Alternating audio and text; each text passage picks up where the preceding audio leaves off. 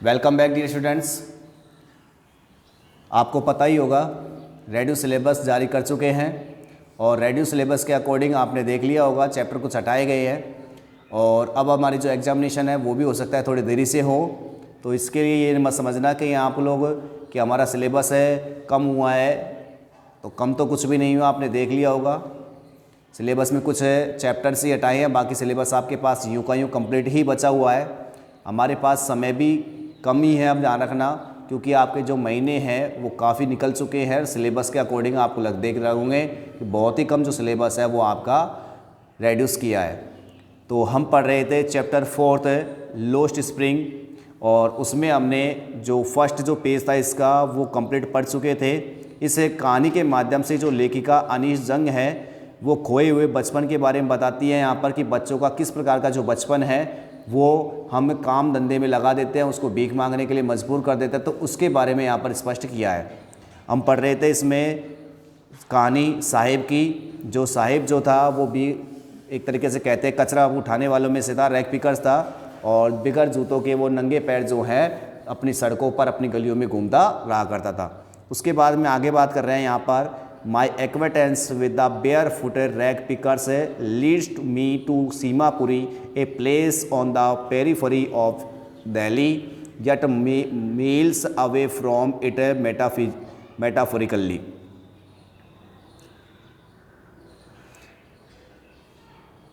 तो माई एक्वाटेंस मेरी जो परिचय था, माई एक्वाटेंस मेरा जो परिचय था with the bare foot rag pickers. Bear foot rag pickers, bear foot का मतलब हो गया नंगे पैर और रैग पिकर्स का मतलब हो गया कचरे उठाने वाले। तो जो नंगे पैर कचरे उठाने के साथ में मेरा जो परिचय था लीड्स मी टू सीमापुरी, जो मुझे कहाँ के अग्रसर कर दिया उसने सीमापुरी। और सीमापुरी कहाँ है? ए प्लेस, एक ऐसा स्थान है ऑन पेरीफरी ऑफ दिल्ली, यानी कि दिल्ली की जो सीमा है वहाँ पर एक स्थान है सीमापुरी, वहाँ मुझे ले जाता है। तो भाई जो यहाँ पर लेखिका है वो बता रही थी, क्योंकि जो बात चल रही थी साहिब की, साहिब कौन था? एक रैग पिकर्स था, एक कचरा उठाने वाला था। तो जब उनके साथ वो जो मंडली आई थी कचरे उठाने वाले लोगों की, कचरे उठाने वाले बच्चों की, उसके साथ साथ पता जब उनको पड़ताल की कि ये कहाँ के हैं, तो मेरा जो उनके साथ परिचय हुआ, मेरा उन्हें नंगे पैर कचरे उठाने वालों के जो बच्चे थे उनके साथ जो परिचय हुआ मुझे कहाँ ले जाता है? सीमापुरी ले जाता है। सीमापुरी कहाँ पर है? दिल्ली में एक दिल्ली की सीमा पर एक स्थान है, पेरीफरी ऑफ दिल्ली, यानी कि दिल्ली की सीमा पर एक स्थान है। Yet meals away from it, yet meals away, जो बहुत ही मीलों की दूरी पर है, फ्रॉम इट, इससे, मेटाफोरिकली, मेटाफोरिकली का मतलब हो गया एक तरीके से तुलनात्मक दृष्टि से। अब ये तुलनात्मक एक उपमा के तौर पर दिया है यहाँ पर। अब उपमा के तौर पर क्यों है? क्योंकि देखो सीमा तो कहाँ की लग रही है? दिल्ली की, और दिल्ली की सीमा में ही कौन है? ये सीमापुरी है, एक नहीं है? सीमापुरी कहाँ पर है? दिल्ली में। और लेकिन ये बता रहा है वो भी बहुत मील की दूरी पर। अब ये बहुत मील की दूरी पर नहीं है, दिल्ली में ही जगह है। लेकिन इसको ऐसा क्यों बताया? क्योंकि आपने देखा होगा दिल्ली शहर है दिल वालों की, इसका मतलब आपको पता होगा यहाँ पर ऐसे ऐसे लोग हैं, धनी धनी लोग हैं वहाँ पर बसते हैं। लेकिन उसी दिल्ली में कुछ ऐसे क्षेत्र भी पड़ते हैं जो बिल्कुल गरीब होते हैं, जो बाहर से आए हुए लोग होते हैं, किसी कारणवश से यहाँ करके बसे हुए हैं, उन लोगों का क्षेत्र भी दिल्ली है। तो एक तरीके से वो दिल्ली जहाँ पर अमीर जो लोग होते हैं वो, और दूसरी तरफ वो लोग जो बिल्कुल गरीब है। तो यहाँ पर इसीलिए यहाँ पर दिल्ली की जो सीमापुरी है इसको काफ़ी मील की दूरी पर बताया, क्योंकि दोनों में बहुत ही ज़्यादा क्या हो गया? डिफरेंस हो गया। एक तरफ तो बिल्कुल गरीब जो लोग हैं रहने वाले हैं, जबकि दूसरी तरफ अमीर जो लोग हैं वो रहने वाले हैं। इसीलिए यहाँ पर उपमा की दृष्टि से बता सकते हैं अपन कि जो ये सीमापुरी है वो काफ़ी मील की दूरी पर था। दोज वो लोग हु लिव्ड हियर, जो यहाँ पर रहते हैं, यानी कि सीमापुरी के क्षेत्र में वो लोग जो यहाँ पर रहते हैं, आर स्क्वेटर्स, वो कैसे हैं? स्क्वेटर्स है। अब स्क्वेटर्स का मतलब होता है अवैध लोग। कैसे लोग हैं वो? अवैध लोग। अवैध लोग कौन होते हैं? जो भारत की सीमा में घुसाए और जिनका कोई यहाँ पर रहने वाला नहीं है, वो बिल्कुल ऐसे मान के चलो उसने अपने यहाँ पर रहने के लिए एक तरीके से अपनी भूमि पर कब्जा करके ले लिया, तो वो क्या कहलाता है? अवैध लोग। तो वे जो लोग हैं कहाँ पर रहने वाले? सीमापुरी में जो रहने वाले लोग हैं जो यहाँ रहते हैं वो कैसे लोग हैं? अवैध लोग हैं। उन्होंने भूमि पर कब्जा कर लिया था। हु केम फ्रॉम बांग्लादेश, जो कहाँ से आए थे, बांग्लादेश से। ये लोग कहाँ से आए थे, बांग्लादेश से, बैक वापस से इन 1971 1971 में 1971 में ये लोग बांग्लादेश से यहाँ पर आ गए थे और इन्होंने जबरन भूमि पर कब्जा कर करके ये रहने लगे थे, क्योंकि उस समय पर ये भूमि जो थी बिल्कुल खाली थी, बिल्कुल खाली थी उस समय पर, बंजर भूमि कह सकते हैं, जहाँ पर कोई उगाता वगैरह नहीं था। तो इसीलिए वो जो लोग थे वो यहाँ पर के बस गए थे। Saheb's family is among them, और साहेब का जो परिवार था उनमें से एक था। Sahib's family is among them, Sahib का जो परिवार था उनमें से एक था। Seemapuri was then a wilderness, Seemapuri उस समय पर एक विल्डरनेस था। विल्डरनेस का मतलब होता है एक उजाड़। क्या होता है विल्डरनेस का मतलब, एक उजाड़ स्थान था जहाँ पर कोई भी नहीं रहता था, एक ऐसा स्थान था सीमापुरी उस समय पर। इट स्टिल इज, हालांकि ये अभी भी उजाड़ ही है, लेकिन it is no longer empty, लेकिन अब ये खाली नहीं रहा। हालांकि जो सीमापुरी का जो स्थान है वो इस समय पर भी उजाड़ ही है, लेकिन सीमापुरी जो है अब वो खाली नहीं रहा। हालांकि सीमापुरी में अभी भी कुछ उगता नहीं है, लेकिन अब वो खाली नहीं है, वहाँ पर रहने वाले जो लोग हैं वो बहुत सारे आकर के बस गए। इन स्ट्रक्चर्स ऑफ मड, मड का मतलब होता है कच्ची मिट्टी कह सकते हैं अपन, जो मिट्टी से लगा देते हैं ना, जो झोपड़ियाँ वगैरह होती है, झुग्गी झोपड़ियाँ जो मिट्टी से बनती है, उनकी बात हो रही है। इन स्ट्रक्चर्स ऑफ मड, स्ट्रक्चर का मतलब संरचना या यूँ कह सकते हैं एक तरीके से मकान। तो कच्ची ईंटों के जो मकान हैं, with roofs of tin and tarpaulin, और जिनकी छतें कैसी है, ऑफ टीन, टीन का मतलब टीन शेड है उसमें उनके ऊपर, एंड टारपोलिन, टारपोलिन का मतलब जो तिरपाल होते हैं, टारपोलिन का मतलब क्या हो गया, तिरपाल, जिनकी छतों के ऊपर क्या है, या तो टीन शेड टनी हुई है या क्या है, तिरपाल जो है वो लगे हुए हैं। डिवॉइड फॉर सेवेज, डिवॉइड जो वंचित भी हैं, दूर भी है किस चीज़ से, ऑफ सेवेज। सेवेज का मतलब होता है जो सेवेज, जो निष्कासन की जो व्यवस्था होती है, निकास व्यवस्था जो होती है, यानी कि कोई भी गंदगी वगैरह है उसको निकालने की जो स्थिति होती है वो क्या कहलाती है, सेवेज। आपने देखा होगा सेवेज पाइप्स होते हैं किसी भी गंदगी को बाहर निकालने के लिए, तो सेवेज से वंचित है, यानी कि निकास व्यवस्था उनमें नहीं है। ड्रेनेज नहीं है, ड्रेनेज का मतलब होता है निकास व्यवस्था है, लेकिन ड्रेनेज जो होता है वो पाइपलाइन ज़मीन के नीचे दी होती है। निकास व्यवस्था के लिए जो नीचे की तरफ पाइपलाइन निकाल दी जाती है, ड्रेनेज वो कहलाती है। और रनिंग वाटर का मतलब है कि पीने का जो योग्य पानी है जो पाइपलाइन के जरिए आता है, उन सभी सुविधाओं से वो लोग वंचित है। तो यहाँ पर क्या बताया गया है कि सीमापुरी के क्षेत्र के बारे में बताया जा रहा है, यानी कि यूँ कहें कि जो साहिब जो था उसके फैमिली बैकग्राउंड के बारे में बताया जा रहा है कि साहिब का फैमिली बैकग्राउंड कैसा है। तो साहिब का जो परिवार है वो 1971 में बांग्लादेश से लौटा था। ये लोग अवैध लोग थे और इनका जो परिवार था उस समय पर सीमापुरी में आके बस गया। लेकिन आपको पता ही होगा जहाँ पर वो लोग ऐसी जगह पर आके बसे, ना तो उनके पास कुछ राशन कार्ड वगैरह थे उस समय पर, ना कोई उसके पास आइडेंटिटी कार्ड था, तो वो लोग वैसे ही जबरन कब्जा करके वहाँ पर बैठ गए थे। और इसलिए उनकी जो छतें वगैरह थी वो भी, उन पर भी टीन शेड वगैरह और तिरपाल जो वगैरह जो थे वो थे। और साथ ही साथ सेवेज का मतलब निष्कासन, जो अपने पानी का जो गंदे पानी का निकास होता है वो भी नहीं था। डिवॉइड का मतलब उनसे वो वंचित थे, दूर थे। ड्रेनेज निकास व्यवस्था जो पाइपलाइन के जरिए नीचे ज़मीन के अंदर होती है उनसे भी वो दूर थे। और साथ ही साथ रनिंग वाला बहता हुआ पानी, मतलब पीने जो पानी जो पाइप से आता है, उन सभी सुविधाओं से वो लोग दूर रहे थे। लिव 10,000 रैग पिकर्स, और उस सीमापुरी क्षेत्र में 10,000 जो कचरा उठाने वाले जो लोग थे वो रहा करते थे उस क्षेत्र के अंदर। कौन से क्षेत्र की बात हो रही है यहाँ पर, सीमापुरी की। तो सीमापुरी जो क्षेत्र था वहाँ पर 10,000 जो रैग पिकर्स का मतलब कचरा उठाने वाले जो लोग थे वो रहा करते थे। ठीक है। दे हैव लिव्ड हेयर, वे यहाँ पर रहते हैं for more than 30 years without an identity, without permits, but with the ration cards that get their names on voter list and enable them to buy grain। अब देखो reason क्या है इस चीज़ का कि वो लोग यहाँ पर आकर के बस गए। कहाँ से बसे, 1971 में बांग्लादेश से यहाँ पर आए थे और वो यहाँ पर रह रहे हैं। दे हैव लिव्ड हेयर, वो यहाँ रहते हैं फॉर मोर देन 30 years, यानी कि लगभग कितने सालों से, 30 सालों से। लगभग वो 30 सालों से यहीं रहते हैं, सीमापुरी क्षेत्र में रहते हैं। विदाउट एनी बगैर किसी आइडेंटिटी के, बगैर किसी पहचान के। उनके पास आइडेंटिटी कार्ड नहीं है, विदाउट एनी आइडेंटिटी, किसी पहचान के बिना, विदाउट परमिशंस, विदाउट परमिट्स, कोई स्वीकृति नहीं दे रहा कि उनको यहाँ रहने की, विदाउट परमिट है, वो स्वीकृति के बिना है। बट विद राशन कार्ड्स, लेकिन उनके पास क्या है, राशन कार्ड के साथ रहते हैं। That get their names on voter list, जो उन्हें उनका जो नाम है किस में दिला देता है, वोटर लिस्ट में। राशन कार्ड उनके पास में है जिससे वो अपना जो नाम है वो किस में चढ़वा सकते हैं, वोटर लिस्ट में।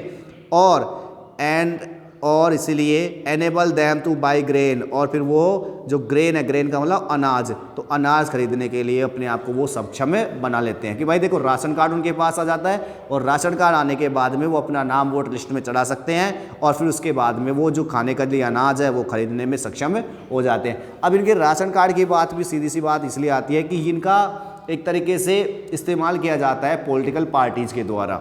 सीधी बात तो इनकी ये होती है उस समय पर कि ये जैसे लोग हैं जो कि अवैध रूप से आकर के बसे हैं, तो इनका राशन कार्ड पॉलिटिकल जो पार्टीज़ होती हैं, राजनीतिक दल जो होते हैं, वो इनका राशन कार्ड बनवा देते हैं ताकि ये वोट उन्हीं को देते हैं फिर। तो इनकी वजह से एक वोट बैंक भी मान सकते हो आप इन सभी चीज़ों को। तो इनकी वजह से ही वहाँ के जो लोग हैं वो बसे हुए हैं, नहीं तो अगर पॉलिटिकल प्रेशर ना हो तो इनको अब से पहले खदेड़ दिया जाता। Food is more important for survival than an identity. आगे बताती है लेखिका, फूड इज़ मोर इम्पोर्टेंट, कि जो भोजन है वो ज़्यादा महत्वपूर्ण होता है फॉर सर्वाइवल, जीवन के लिए, ज़िंदगी जीने के लिए भोजन की ज़्यादा ज़रूरत पड़ती है, देन आइडेंटिटी, एक पहचान के बजाय, कि हमें पहचान की कोई आवश्यकता नहीं है। सबसे महत्वपूर्ण जो चीज़ है वो क्या है, भोजन है। अगर आपको जहाँ पर भोजन मिलेगा वहाँ चले जाएंगे, हमको आइडेंटिटी से कोई मतलब नहीं है, क्योंकि जब तक हमारे जीवन जीना है तो किसकी ज़रूरत पड़ेगी, भोजन की। तो फूड इज़ मोर इम्पोर्टेंट, भोजन जो है वो ज़्यादा महत्वपूर्ण होता है फॉर सर्वाइवल, जीवन जीने के लिए, देन एड आइडेंटिटी, एक पहचान के बजाय। If at the end of the day we can feed our families and go to bed without an aching stomach. If, अगर, at the end of the day, दिन के अंत में, वी कैन फीड, हम खिला सकते हैं, आवर फैमिलीज, हमारे परिवार को, एंड गो टू बेड, और सोते हैं, विदाउट एन एक्किंग स्टोमक, बगैर पेट दर्द के। एक्किंग का मतलब क्या होता है, दर्द करना, और स्टोमक का मतलब पेट। यदि हम अपने दिन के अंत में अपने परिवार को बिना पेट दर्द के ही बिस्तर पर सुला देते हैं, अपने परिवार का भोजन कर खिला देते हैं, तो फिर we would rather live here, तो फिर हम यहाँ रहना ज़्यादा पसंद करेंगे, देन इन द फील्ड्स, उन खेतों के बजाय, that gave us know grain, जो हमें कोई अनाज नहीं दिया। यानी कि इसमें साफ बताया है कि हो सकता है कि लेखिका ने किसी से पूछा तो उसने जवाब दिया है कि यदि मान लीजिए दिन के अंत में हमारे पास में खाने के लिए, हमारे परिवार के पास में भोजन है, और हमें बिना पेट दर्द के रोज़ घर पर आराम से सोते हैं, तो फिर हम यहीं पर रहना ज़्यादा पसंद करेंगे। क्यों जाएंगे जहाँ पर हमें अनाज पैदा भी नहीं होता, जहाँ पर हमको अनाज नहीं मिलता। से एक ग्रुप है, ऐसा किसने कहा, एक ग्रुप ने कहा, ऑफ वुमेन, किसका ग्रुप था वो, औरतों का। तो औरतों का एक ग्रुप था जिससे लेखिका ने पूछा था, उसने ऐसा कहा, इन टैटर्ड साड़ीज, किस में था वो, टैटर्ड साड़ीज में था। टैटर्ड का मतलब होता है फटी पुरानी हुई, और साड़ी का मतलब आप सभी जानते हैं। तो जो फटी पुरानी जो साड़ी थी उनमें उनको पहने हुए एक ग्रुप ऑफ वुमेन, यानी कि औरतों का एक जो ग्रुप था, उसने ये बात कही। When I ask them, जब मैं उनसे पूछता हूँ, जब मैं उससे पूछती हूँ, why they left their beautiful land of green field and rivers, कि आपने अपना जो सुंदर सी हरे खेतों वाली और जो नदियाँ हैं उनको क्यों छोड़ा। जब मैंने उन औरतों से पूछा कि आपने अपनी सुंदर सी धरती, जहाँ पर हरे हरे मैदान थे, नदियाँ थी, उन सभी को क्यों छोड़ के आए यहाँ पर, तो ये जवाब किसने दिया, एक ग्रुप ऑफ वुमेन, यानी कि औरतों के एक समूह ने दिया कि मान लीजिए आप दिन के अंत में हम हमारे परिवार का भरण पोषण कर सकते हैं और आराम से बिना पेट दर्द के बिस्तर पर सो सकते हैं, तो फिर आप ये सोचो कि हम वहाँ पर क्यों जाएंगे, हम तो यहीं पर रहना पसंद करेंगे, और वहाँ पर क्यों जाएं उन खेतों के बजाय जहाँ पर हमें कुछ अनाज भी पैदा नहीं होता। तो ये सब किसने कहा था, एक ग्रुप ऑफ वुमेन, यानी कि औरतों के एक समूह ने। Whenever they find food they pitch their tents that become transit home. आगे बढ़ते हैं। वेन एवर जहाँ कहीं भी, दे फाइंड फूड, उनको भोजन मिलता है, यानी कि उनकी बात आ रही है कौन से, सीमापुरी पर रहने वाले जो लोगों की बात है उनकी क्या बात आ रही है यहाँ पर कि wherever they find food, जब कभी जहाँ कहीं भी उनको भोजन मिलता है, दे पिच देयर टेंट्स, तो वे अपना तंबू गाड़ लेते हैं। टेंट का मतलब क्या होता है, तंबू। तो दे पिच देयर टेंट्स, वो अपना तंबू गाड़ लेते हैं। उन लोगों को जहाँ कहीं भी भोजन मिलता है वो वहीं पर अपना तंबू गाड़ लेते हैं। दैट बिकम ट्रांजिट होम, जो उनका अस्थायी घर बन जाता है। ट्रांजिट का मतलब क्या हो गया, अस्थायी।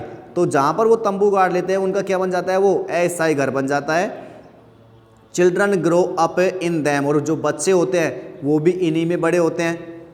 बिकमिंग पार्टनर्स इन सर्वाइवल, और जीवन जीने में वो भी क्या बन जाते हैं, पार्टनर्स। पार्टनर्स का मतलब भागीदार बना जाते हैं, क्योंकि वो भी भीख मांगने लग जाते हैं तो वो भी क्या हो गया, जीवन यापन करने के लिए पार्टनर बन गए अपने माँ बाप के। तो वो भी भीख मांगने लग जाते हैं, तो जीवन जिंदगी जीने के लिए वो भी पार्टनर्स बन जाते हैं। एंड और सर्वाइवल इन सीमापुरी मीन्स रैग पिकिंग, यानी कि ये कहता है कि सर्वाइवल इन सीमापुरी मीन्स, यानी कि सीमापुरी में जो जीवन जीना है उसका मतलब है क्या, कचरा उठाना। रैग पिकिंग, रैग पिकिंग मतलब क्या हो गया, कचरा उठाना। यानी कि जो व्यक्ति सीमापुरी में जीवन जीता है वो लोग सारे क्या करते हैं, कचरे उठाते हैं। तो सीमापुरी में जीवन जीने का मतलब है कचरा उठाना। Through the years it has acquired, through the years, सालों से, it has acquired the proportion of a fine art. It किसके लिए आ रहा है यहाँ पर, रैग पिकिंग के लिए, कचरा उठाने के लिए। तो सालों से जो कचरा उठाना है इसने प्राप्त कर लिया क्या, proportion of a fine art. Proportion का मतलब होता है आकार, या कह सकते हैं अनुपात, या कह सकते हैं एक तरीके से अपनी खुद की भागीदारी।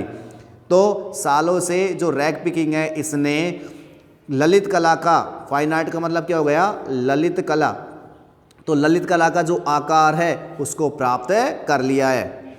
Garbage to them is gold, अब उन लोगों के लिए, सीमापुरी में जो रहने वाले लोग हैं उन लोगों के लिए जो गार्बेज, गार्बेज का मतलब है जो कचरा जो है उनके लिए क्या है, इज गोल्ड, वो ही उनके लिए सोना है। It is their daily bread A roof over their head, वो ही यानी कि जो गार्बेज है वो ही उनके लिए क्या है, रोजाना का भोजन है। देयर डेली ब्रेड, उनका रोजाना का भोजन है। एक छत है, ओवर देयर हेड्स, उनके सिरों के ऊपर, यानी कि जो कचरा है वही उनके लिए छत है एक तरीके से, क्योंकि उन कचरे उठा करके ही वो अपनी छत का प्रबंध कर पाते हैं। Even if it is leaking roof, चाहे से ये जो छत है वो कैसी हो, लीकिंग, लीकिंग का मतलब टपकने वाली क्यों नहीं हो, चाहे से वो छत है टपकने वाली क्यों नहीं हो, वो छत है जो भी किसकी वजह से है, रैग पिकिंग की वजह से है। बट लेकिन फॉर ए चाइल्ड, लेकिन एक बच्चे के लिए इट इज़ इवन मोर, यह भी बहुत ही ज़्यादा बात थी, यह भी, लेकिन एक बच्चे के लिए यह भी बहुत ज़्यादा बात है, वहाँ के उस बच्चे के लिए जो कहाँ पर रहता है, सीमापुरी में। आई समटाइम्स फाइंड ए रूपी even a 10 rupee note, Sahib says his eyes lighting up when you can find a silver coin in a heap of garbage, you don't stop scrounging, for there is hope of finding more. I sometimes find a rupee, यहाँ पर साहिब कहता है कि कई बार I find a rupee, कई बार तो मुझे 1 रुपये मिल जाता है। इवन 10 रुपीज़ नोट, और कई बार 10 रुपये का नोट मिल जाता है कचरे में। तो कई बार मुझे 1 रुपये मिल जाता है, कई बार 10 रुपये का नोट मिल जाता है। साहिब ने कहता है इस प्रकार से, और जैसे वो कहता है हिज आइज लाइटिंग अप, उसकी जो आंखें हैं वो चमक जाती हैं। हिज आइज लाइटिंग अप, उसकी जो आंखें हैं वो चमक जाती है।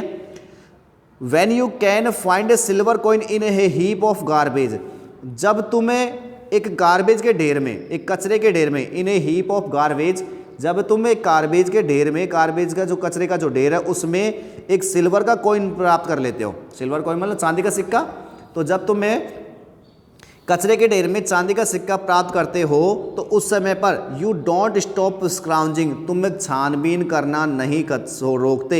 यू डोंट स्टॉप, तुम नहीं रुकते हो क्या करते हुए, स्क्राउंजिंग का मतलब छानबीन करना।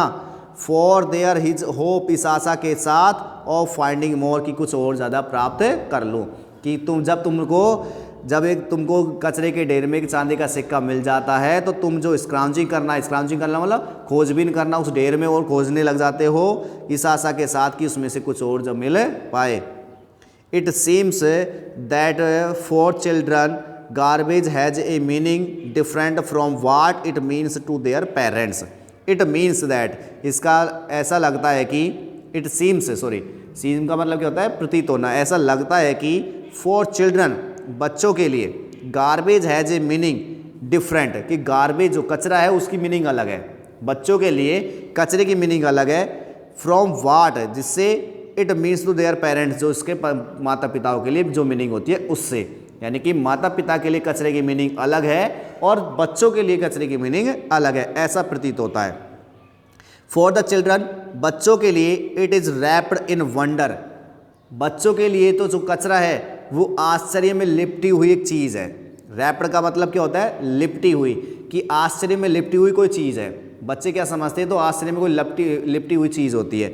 जबकि जो फॉर द एल्डर्स, जो बड़े जो लोग होते हैं, it is means for survival, उनका तो मतलब कैसे होता है यहाँ पर, सर्वाइवल से, सर्वाइवल मतलब जीवन जीने से, तो यहाँ पर जीवन से उनका मतलब है। बच्चों के लिए तो आश्चर्य में लिपटी हुई चीज़ मानी गई है कचरे को, जबकि यहाँ पर बड़े व्यक्ति की जो होते हैं वो किसका साधन मानते हैं, इसको जीवन जीने का। One winter morning I see Saheb standing by the fenced gate और of the neighbourhood club watching two young man dressed in white playing tennis. एक सर्दी की सुबह की बात है, आई सी मैं देखती हूँ साहेब को स्टैंडिंग खड़ा हुआ by the fenced gate. Fenced gate, fence का मतलब होता है जो लकड़ी का जो बाड़ाबंदी की तरह अपन लगा देते हैं ना, 4-5 लकड़ियाँ खड़ी करके जो एक तरीके से गेट बना देते हैं, तो वो गेट कहलाता है फेंस्ड गेट, यानी लकड़ी का जो बाड़ा बनाते हैं, यहाँ पर बाड़ाबंदी कर देते हैं लकड़ी के खड़े करके, तो वो जो फेंस्ड गेट है वो, ठीक है। तो वन विंटर मॉर्निंग, एक सर्दी की सुबह, आई सी मैं देखती हूँ साहिब को standing by the fenced gate, उसे लकड़ी के जो गेट है उसके पास में खड़ा हुआ, ऑफ द नेबरहुड क्लब, एक पड़ोसी के ही क्लब में, तो एक पड़ोस का जो क्लब था उसके लकड़ी के गेट के पास में मैंने साहिब को खड़ा हुआ देखा। कब देखा, वन विंटर मॉर्निंग, एक सर्दी की सुबह। वो क्या कर रहा था वहाँ पर, वाचिंग देख रहा था, टू यंग मैन, दो युवा आदमियों को, ड्रेस्ड इन वाइट, जो सफ़ेद कपड़े पहने हुए थे, प्लेइंग टेनिस, और वो टेनिस खेल रहे थे। यानी कि वहाँ पर खड़ा हुआ जो क्या नाम से इसका साहिब जो था, वो खड़ा हुआ क्या देख रहा था वहाँ पर, कि दो युवा व्यक्ति थे, वो सफ़ेद कपड़े पहने हुए थे और क्या खेल रहे थे, tennis. I like the game, अब उसने कहा यहाँ पर साहिब ने कि मुझे ये खेल जो है पसंद है। ही हम्स, वह गुनगुनाता है, हम का मतलब क्या होता है, गुनगुनाना, तो इस प्रकार से उसने गुनगुनाया कि आई लाइक दिस गेम, मुझे यह खेल पसंद है। ही हम्स, वह गुनगुनाता है।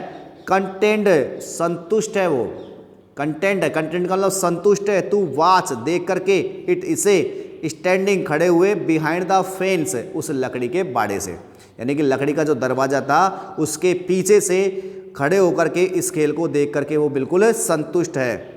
I go inside when no one is around, I go inside, मैं अंदर जाता हूँ। साहिब कहता है इस बात को लेखिका से कि आई गो इनसाइड, मैं अंदर जाता हूँ, कब जाता हूँ, when no one is around, जब कोई आसपास नहीं होता है, कि जब कोई आसपास नहीं होता है तब मैं अंदर जाता हूँ। ही एडमिट्स, वह इस बात को स्वीकारता है। The gate keeper lets me use the swing, और जो गेट कीपर है, द्वारपाल जो है, जो वहाँ पर होता है उस क्लब का जो द्वारपाल है, वो मुझे स्विंग्स का मतलब झूलों को यूज़ करने देता है। अब झूले कौन से स्विंग्स की बात हो रही है, जहाँ पर अपन टेनिस खेलते हैं तो हाथ में जो रैकेट टाइप में होता है वो झूले की बात हो रही है यहाँ पर, तो झूले को मेरे को यूज़ करने देता है। Sahib too is wearing tennis shoes that look stranger over his discoloured shirt and shorts, someone gave them to me. तो साहिब जो था उसने भी पहने हुए थे, क्या पहने हुए थे, टेनिस शूज, टेनिस वाले जूते। साहिब ने भी उस दिन जो थे टेनिस वाले जूते पहने हुए थे, दैट लुक स्ट्रेंज, जो थोड़े से अजीब लग रहे थे, ओवर दिस डिस्कलर्ड शर्ट, उसकी उस डिस्कलर्ड शर्ट के ऊपर, उसकी जो डिस्कलर्ड शर्ट, डिस्कलर का मतलब क्यों है, क्योंकि जो सारा जो रंग था शर्ट का वो तो उड़ गया था, तो उसकी एक बेरंगी जो शर्ट थी उसके ऊपर वो जो जूते थे वो अलग ही लग रहे थे, कुछ अजीब लग रहे थे। एंड शॉर्ट्स का मतलब जो कच्चे होते हैं, उसने जो पहन रखा था, तो उसके ऊपर जो जूते पहने हुए थे वो थोड़े से अजीब लग रहे थे। Someone gave them to me, किसी ने ये मेरे को दिए। किसने कहा ये बात, साहिब ने। तो साहिब कहता है कि someone gave them to me, किसी व्यक्ति ने ये मुझे दिए। ही सेज, वह कहता है, in the manner of explanation, स्पष्टीकरण के रूप में। In the manner of explanation, स्पष्टीकरण के रूप में साहिब कहता है कि ये किसी ने मेरे को दिए। द फैक्ट दैट तथ्य ये है कि दे आर डिस्कार्डेड शूज, ये कैसे जूते हैं, डिस्कार्डेड शूज है। डिस्कार्डेड का मतलब त्यागे हुए, कह सकते हैं छोड़े हुए या दिए हुए। They are discarded shoes of some rich boy, किस बात से इसी है जो तथ्य था वो कौन सा तथ्य है कि ये जो जूते हैं वो कौन से जूते हैं, त्यागे हुए जूते हैं, यानी कि किसी धनवान व्यक्ति जो है, कोई धनवान लड़का है, अमीर जो लड़का है उसके त्यागे हुए जूते हैं। हु परहैप्स रिफ्यूज्ड, जिसने शायद मना कर दिया, टू वियर, पहनने के लिए, दैम, उनको, because of a hole in one of them, उनमें से किसी एक जूते में होल की वजह से, उनमें से किसी एक जूते में होल हो गया था, उसकी वजह से शायद उस रिच बॉय ने, उस धनवान लड़के ने उनको पहनने से मना कर दिया था और इसीलिए वो यहाँ पर त्यागे हुए जूते, छोड़े हुए जूते थे। डज नॉट बॉदर हिम, इससे उसको कोई परेशानी नहीं होती, यानी कि वो जो साहिब था उसने कभी जूते ही नहीं पहने तो उसमें क्या फ़र्क पड़ता है, एक होल भी हो जाता है जूते में तो कुछ भी फ़र्क नहीं पड़ रहा, क्योंकि डज नॉट बॉदर हिम, इससे उसकी कोई परेशानी नहीं हुई। फॉर वन, एक व्यक्ति के लिए, हु हैज़ वाकड, जो चला है, बेयर फुट, कैसे चला है वो, बेयर फुट का मतलब नंगे पैर, एक ऐसा व्यक्ति, एक ऐसा लड़का जो अभी तक नंगा पैर चला है। इवन शूज, उसके लिए जूते जो है, विद ए होल, चाहे से उसमें एक होल ही क्यों नहीं हो, even shoes with a hole, एक होल वाला जूता भी, इज ए ड्रीम, वो भी क्या है, सपना है, कम ट्रू, सच होने वाला, कि उसके लिए तो एक होल वाला जो जूता है, एक छेद वाला जो जूता है, उसके होना भी एक तरीके से उसके सपने को सच होने जैसा है।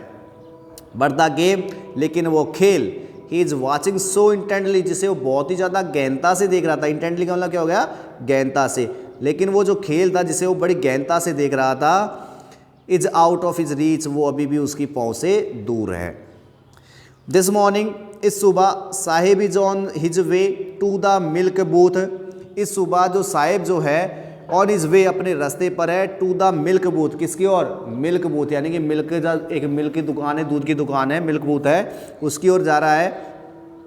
In his hand is a steel canister, उसके हाथ में क्या है, एक स्टील का कैनिस्टर। कैनिस्टर का मतलब यूँ मान सकते हो, एक तो अपने पास होती है ना बाल्टी वगैरह, तो इस प्रकार से कैनिस्टर है उसके हाथ में एक स्टील का, और वहाँ पर कहता है I now work in A tea stall down the road, he says pointing in the distance, वह दूर की तरफ इशारा करते हुए, पॉइंटिंग इन द डिस्टेंस, वो दूर की तरफ इशारा करते हुए कहता है, आई नाउ वर्क, अब मैं काम करता हूँ, इन ए टी स्टॉल, कहाँ काम करता हूँ, एक चाय की दुकान में, डाउन द रोड, रोड के पार, उस रोड के पार या उस रोड पर मैं एक जो टी स्टॉल है, चाय की जो दुकान है, वहाँ पर काम करता हूँ।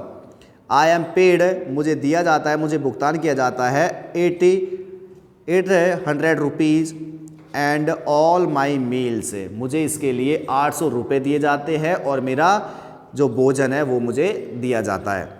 Does he like the job, I ask, मैं पूछती हूँ उससे, मैंने पूछा उससे कि does he like the job, क्या तुम उस जॉब को पसंद करते हो, does he like the job, क्या वो अपनी जॉब को पसंद करता है। His face I see has lost the carefree look, मैं देखती हूँ कि उसका जो चेहरा था, आई सी मैं देखती हूँ, हिज फेस, उसका जो चेहरा था, हैज़ लॉस्ट, उसने खो दिया है, क्या, द केयरफ्री लुक, उसका बेपरवाह जो शकल थी, बेपरवाह जो मिजाज था, भाव जो था, उसने उसको खो दिया है, क्योंकि वो पहले जिस प्रकार से बेपरवाह रूप से अपना काम किया करता था, उसको कोई फिक्र नहीं हुआ करती थी, वो उसने अब अपने भाव को खो दिया है। The steel canister seems heavier than the plastic bag, अब जो स्टील का कैनिस्टर था उसके हाथ में, जो उसकी बाल्टी थी दूध वाली, जो स्टील की जो थी, वो कैनिस्टर जो था, सीम्स हैवियर, वो ज़्यादा भारी प्रतीत हो रहा था, देन द प्लास्टिक बैग, उस प्लास्टिक बैग के बजाय। ही वुड कैरी, जो वो ले जाया करता था, सो लाइटली, इतनी आसानी से, जिस बैग को वो इतनी आसानी से ले जाया करता था, ओवर हिज शोल्डर, अपने कंधों के ऊपर, जिस बैग को अपने कंधों के ऊपर बड़ी आसानी के साथ में वो ले जाया करता था, उसके बजाय जो स्टील कैनिस्टर था वो ज़्यादा भारी लग रहा था। हालांकि वजन तो उसमें कम था, स्टील कैनिस्टर में जो वजन था वो कम था, बजाय किसके, प्लास्टिक के बैग के, क्योंकि प्लास्टिक बैग में बहुत सारा कचरा हो जाता है, वहाँ तो केवल दूध ही लेके जा रहा था। लेकिन यहाँ कहने का मतलब ऐसा है क्योंकि उस काम में, कचरे उठाने वाले काम में उसका खुद का अधिकार था, वो मन चाहे जो काम कर सकता था, लेकिन यहाँ मिल्क बूथ पर वो किसी दूसरे व्यक्ति का दास बन गया था, तो इसलिए वो जो स्टील का कैनिस्टर था वो उसके बजाय उसको ज़्यादा भारी दिखा। द बैग वाज इज, वो बैग तो उसका था, द बैग वाज इज, वो बैग तो उसका था। The canister belong to the man, लेकिन जो कैनिस्टर जो था वो उस आदमी का था। हु ऑन्स द टी शॉप, जिसका जो टी शॉप का क्या था, मालिक था। जो उसकी जो दुकान थी, टी शॉप जिसकी दुकान थी, उस व्यक्ति का वो कैनिस्टर था। Sahib is no longer his own master, अब साहिब जो है वो अपना स्वामी नहीं रहा था। Sahib is no longer, Sahib नहीं है, क्या नहीं है, हिज ओन मास्टर, अपना खुद का मालिक। साहिब जो है अपना खुद का मालिक नहीं रहा। तो इस प्रकार से यहाँ पर जो साहिब की जो कहानी है उसको यहाँ पर लेखिका अनीश जंग ने बताया है। किस प्रकार से या जो छोटे बच्चे होते हैं उनको या तो भीख मांगने के लिए या किसी चाय की दुकान पर कपड़े साफ करने के लिए इस प्रकार के जो काम उनमें लगा दिया जाता है, क्योंकि उनकी जो पॉवर्टी होती है, दरिद्रता होती है, वो इतनी व्यापक हो जाती है। तो इसमें इसके बाद में जो दूसरा है I want to drive a car, ये दूसरे तरीके से शोषण के प्रति बताया गया है। इसमें किस प्रकार से कहानी आ गई वो अपन पढ़ेंगे नेक्स्ट पार्ट में।